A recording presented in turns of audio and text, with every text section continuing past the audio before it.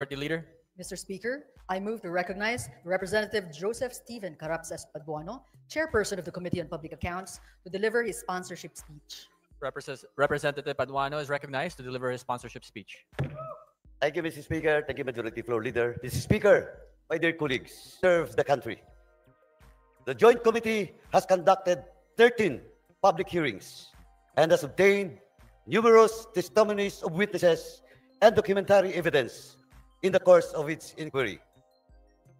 After a thorough review of the pertinent information within each possession, the Joint Committee has identified compelling evidence that necessitates prompt and decisive legal action. On the part of the Committee on Public Accounts, this began with this investigation into the anomalous property transactions in Mexico, Pampanga, particularly those involving former Mayor Teddy Tumang and his assistant, Mr. Roy Gomez. It is now still at large because of the contempt order coming from my committee. The name of a certain Eddie Tayang surfaced, who sold land to the municipality of Mexico, Pampanga, at artificially inflated prices. In collusion with the local officials, Mr. Yang purchased agricultural land, then had it reclassified as commercial, industrial, to increase its value despite lacking the necessary legal requirements. To give you an idea, Mr. Speaker, the parcel measures 10,000 square meters as the lot was classified as agricultural. At the time Mr. Yang acquisition, its price per square meter was approximately 300 pesos, consistent with the prevailing rates for agricultural land in the area. With the lot reclassified as industrial, Mr. Yang sold it to the municipality for 29,500,000 pesos or 2,700 pesos per square meter. This is why we investigated this issue and discovered that this has long been a modus operandi within agricultural lands are classified without following the proper process. In our investigation, Mr. Speaker, we summoned Mr. Tayang, and he claimed to be a legitimate businessman and a natural-born Filipino.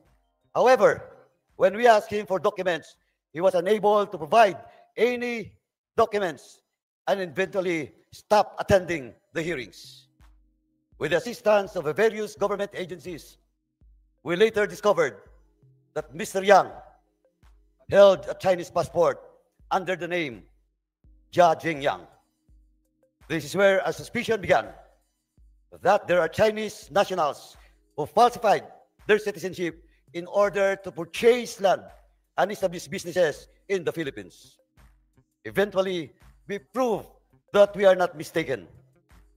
The Committee on Public Accounts investigation into Mr. Teddy Yang, Mr. Roy Gomez, and the former Mayor Teddy Tumang uncovered a network of illicit activities that pose a significant threat to our national security and economy. Additional investigation have linked Mr. Yang to Mr. Willie Ong as suspected drug trafficker. In 2023, a warehouse located in Mexico, Pampanga was raided, resulting in the seizure of approximately 3.6 billion worth of shabu. This warehouse belongs to Empire 999, and the land where the drug warehouse was constructed was previously owned by the Tumang family. Records from the Land Registration Authority reveal that Ong, Tayang, and Empire 999 have acquired at least 320 land holdings across the country in violation of the constitutional limitation on land ownership. Mr. Speaker, former Mayor Teddy Tumang admitted meeting with Mr. Tayang several times and even went to China together for a business trip. Mayor Tumang likewise admitted knowing personally suspected drug lord Kai Kiming aka Willie Ong. Relevantly, the Anti-Money Laundering Council confirmed that Willie Ong and Mayor Teddy Tumang, through his company, the Morning Sun Industries, have conducted financial transactions with each other. Mr. Speaker, this is just the tip of the iceberg, as we have received numerous reports of similar cases happening across the country. The tactic involves falsifying Filipino citizenship to purchase land and establish businesses with these individuals, holding influence over certain local politicians who have sold their integrity to these illegal Chinese nationals.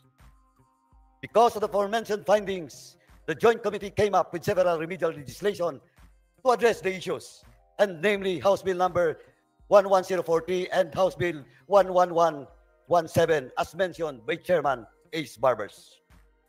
These bills are vital in addressing the growing threat posed by influx of foreign nationals involved in illegal activities, including those connected to the POGO industry and other forms of corruption.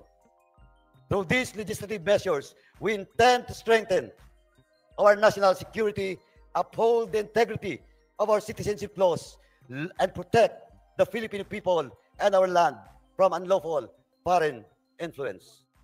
In conclusion, Mr. Speaker, I urge the members of this esteemed body to fully support these measures, and as they offer essential steps towards securing our national sovereignty, protecting our land resources, and ensuring the integrity of our citizenship laws.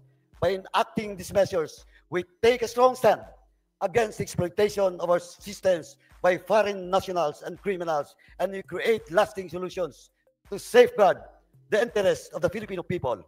Let us work together to protect our sovereignty, uphold justice, and strengthen the rule of law for the benefit of the future generation. Before I end, Mr. Speaker, once again, let me stress, for Chairman Barbers and myself, we are not running anymore in this forthcoming election. Ano po ang para sa amin? This is all about for the love of country, to protect the future generations. Kaya po, ang panawagan, tuloy ang Quadcom, tuloy ang laban. Maraming salamat po.